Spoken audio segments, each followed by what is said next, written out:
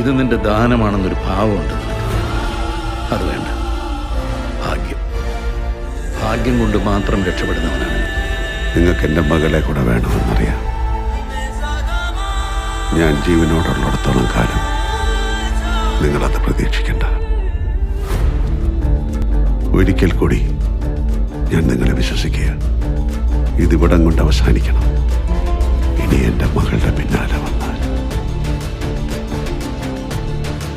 കൊന്നുകളെ ഞാൻ.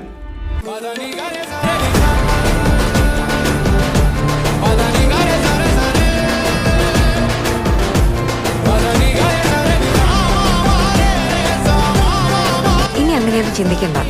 എല്ലാം കഴിഞ്ഞില്ലേ? കഴിഞ്ഞ